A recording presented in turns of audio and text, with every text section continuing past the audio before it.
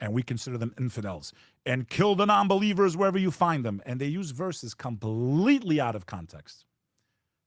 What does Islam say about Christians and Jews? They are called people of the book. Those who received revelation before the final book.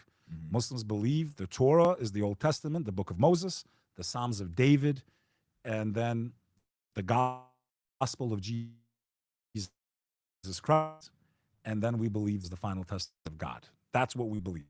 In that book, God said, there is no harm upon the Jews. If you follow the revelation I sent you, then even salvation, right, is promised you. If you're following actually what Jesus brought, if you're following what Moses brought, and you keep that covenant that I gave with you, this is what the book says. If Islam was the enemy of Judaism, because that's the reason I felt so compelled to speak about this. They're using this narrative to justify everything that's been happening over the last 75 years. And most of these people are atheists. Most of them don't even practice Judaism. Most of the Jews that are pushing are mostly atheists. Laura Loomer should be ashamed of herself. Yes. The religion that literally, and it's not to pick on my Christian brothers and sisters, but history is history. They were hunted down throughout Europe. Christian kingdoms wiped them out, burned them at the stake. Look it up. If I'm lying, drop the comments. I'm not. Yeah, I don't know enough about the history. Okay. So. Yes, the Muslims controlled Spain for almost 500-600 years, whatever it was. They're still the most Catholic country in the world. If it was to force people to conversion, the Muslims could have done that in Spain. They didn't do it. When the Christians regained control, and I don't believe the Muslims should have invaded Spain. I don't think they were operating by Islam, in my opinion. We were commanded by the Prophet Muhammad to not oppress and not be oppressed. The book says it too. I don't believe that the Hagia Sophia should have been converted into a mosque when the empire took over. At least they didn't burn it down. That's such a beautiful. Still, I don't think they should have converted it into a mosque. I agree with you. Because if they didn't, guess what? The head of orthodoxy today would still be in Muslims. But that is such a beautiful, that and the blue mosque right by it. You go to those two buildings, you know. I remember. And you get a hair transplant real quick too. I'll go do that next time. You got to take Turkish hairlines, bro. Get my hair back. Turkish hairlines, bro. I remember walking those same buildings in the same day, and you're like, wow, man, they built these buildings for God.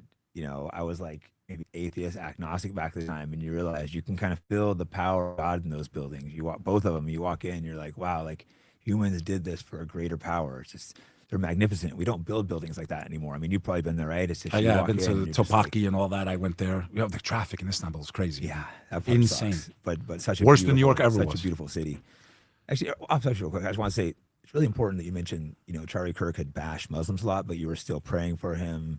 It just shows you have a heart, and you had people attacking you for that. That's just disgusting that people would attack you for having a heart, you know, that like he wasn't a bad man. Maybe, you know, we both had disagreements with him, but he had children. You could just tell he wasn't a bad person. I understand why some people's hearts are swollen because, you know, he's pushing for the narrative of what's happening in Gaza is justified. Oh, yeah. As somebody that lost his family in war, okay, I lost 28 people in the Kosovo War. My family was killed. First cousins, my uncle that I loved more than anybody, Din, in the village of Hereć, Kosovo. I know what it's like to be 14 years old. I know what it's like to be 14 years old and find out, you know, on a phone call that your family got taken out. Yeah. Okay, I know what it's like. His family was there. My family was killed by Serbian Orthodox Christians who also went to war with the Bosnians, right? There's videos of them being blessed by Christian monks before battle and whatever. And of course, you're going to pray before you go into war. So what I'm saying is in my entire life, I'm a public person. I never once blamed Christianity for my family being killed. Yeah. I never once heard a Bosnian, who I have many friends that are Bosnian, blame Christianity for what happened in Srebrenica, where 8,000 young men and boys that were unarmed went to United Nations safe zone. You're safe here. The UN is here. This is all on YouTube. Go look it up. The World Army couldn't stop a massacre of 2 weeks of unarmed men and boys that they still won't call the G word.